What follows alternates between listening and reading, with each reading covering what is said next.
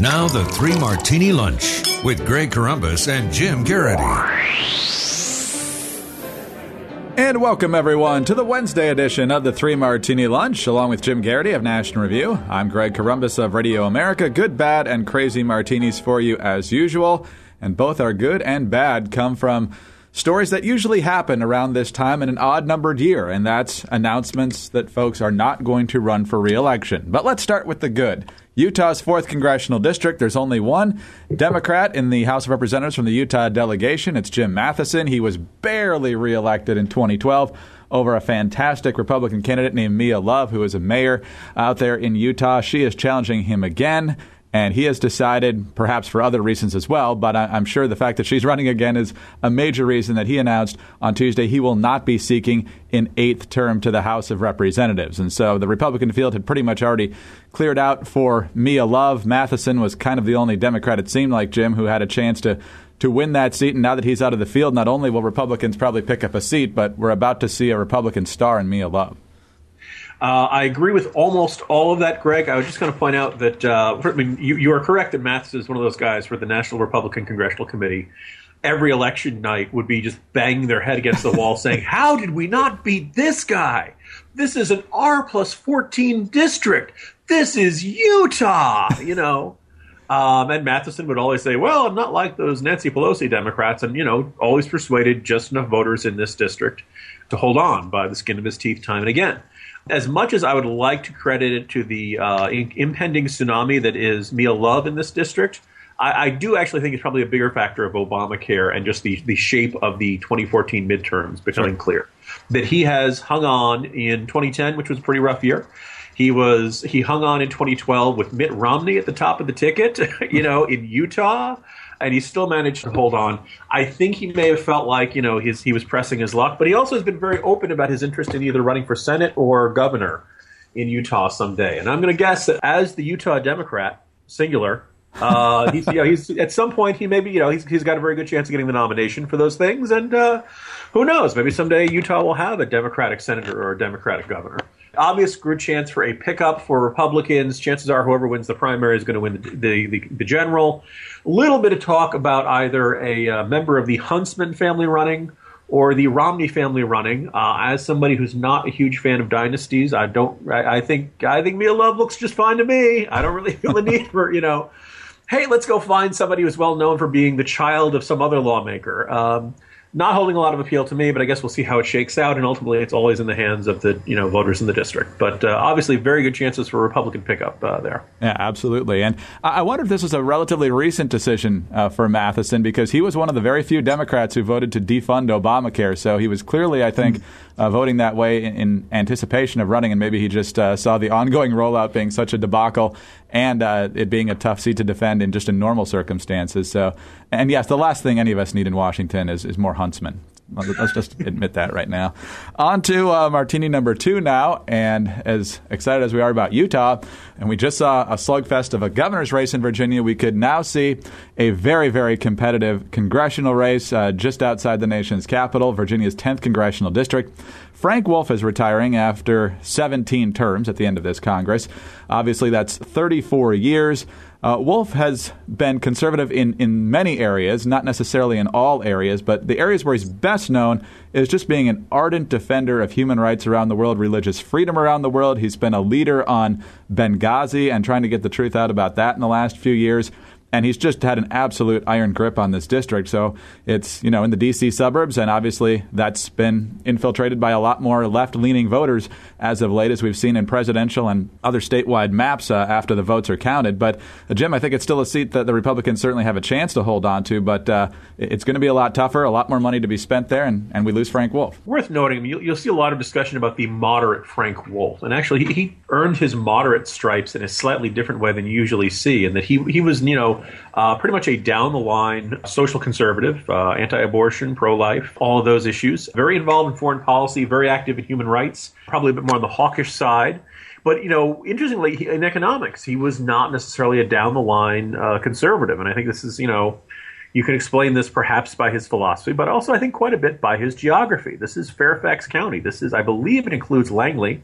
which includes, CIA headquarters and such. It's an R+1 or +2 district. This is a really nominally Republican suburban district outside of D.C., and it has quite a few government employees. So Frank Wolf is not going to be the guy saying, let's cut the government, cut the government, cut the government, because when he says, if he were to say something like that, his constituents would be saying, hey, wait a minute, that might be me.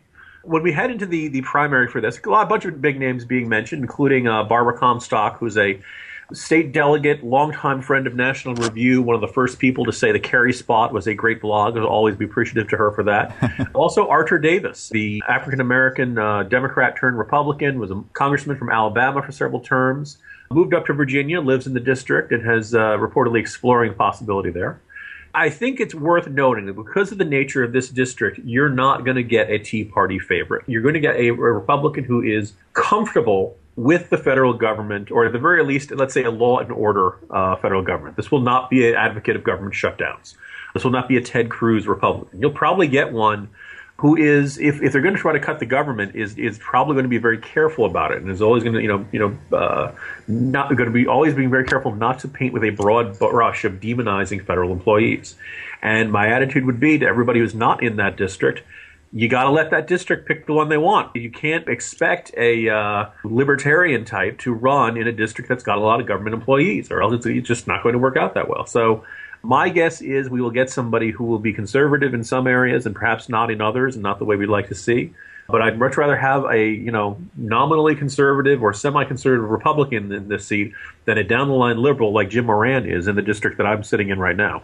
And I certainly have experience with Jim Moran in years past as well. Definitely a good job there setting the expectations, Jim, for those who, if we can get a Republican elected there, might not be thrilled with every vote that person casts. I think Wolf did the party a favor by not retiring in a presidential election year, because then the suburbs really tend to look more blue. So the upside for the Republicans is that since it's a midterm year, better chance of holding the seat. On to Martini number 3 now. And when Piers Morgan and Barbara Walters get together, well, that's just must-see TV.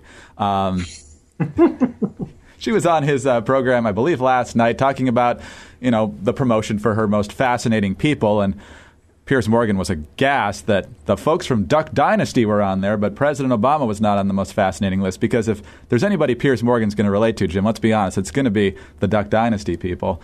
Here's Piers Morgan just aghast at not only the fact that he's off the list, but wondering why kind of the bloom is off the rose for President Obama. Why is Obama facing so much opposition now? Why is he struggling so much to really fulfill the great flame of ambition and excitement that he was elected on originally in 2009? Well, you've touched on it to a degree. He made so many promises. We thought that he was going to be, I shouldn't say this at Christmas time, but the next Messiah. And the whole Obamacare, or whatever you want to call it, Affordable Health Act, it just hasn't worked for him, and he's stumbled around on it. And people feel very disappointed because they expected more. Jim, that's pretty much what we always thought the Democrats thought of Obama. Now we just know for sure. Greg, I listened to that clip and think, I don't know about you, I really miss Gilda Radner right now.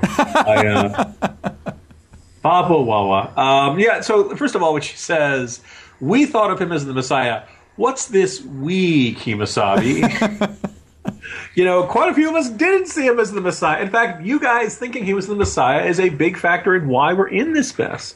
Or perhaps it's that, if no one else believed in him as the Messiah, maybe he wouldn't think of himself as the Messiah, as his narcissism suggests. I also like the comment that she shouldn't say this at Christmas time, compare the President of the United States to the Messiah. I think it's kind of a bad idea 365 days a year, and 366 in a leap year. Okay, just always a bad idea. He's not the Messiah. Let me make that clear. And she's not the only one who did this. As I mentioned in the Morning Jolt the other day, there's an Irish journalist named Niall O'Dowd who got to visit the White House for the Christmas party, and he said, waiting in line to meet President Obama and First Lady Michelle is a little like waiting for communion. No, it's not. Is waiting involved in both? Then yes it is. But then technically you could say waiting in line at 7-Eleven is also like waiting for communion at church too. So that there's a line. The bread lines in the Soviet Union were So there you go. I mean, there's it's kind of interesting. There's this really kind of here we are 5 years into a presidency that, if not a colossal failure on every front, no one would say this economy is roaring and doing terrific. The right track, wrong numbers are looking really terrible. It's not like Syria is a sterling victory for this administration. Ed Snowden's leaking all of our secrets. Obamacare is a disaster.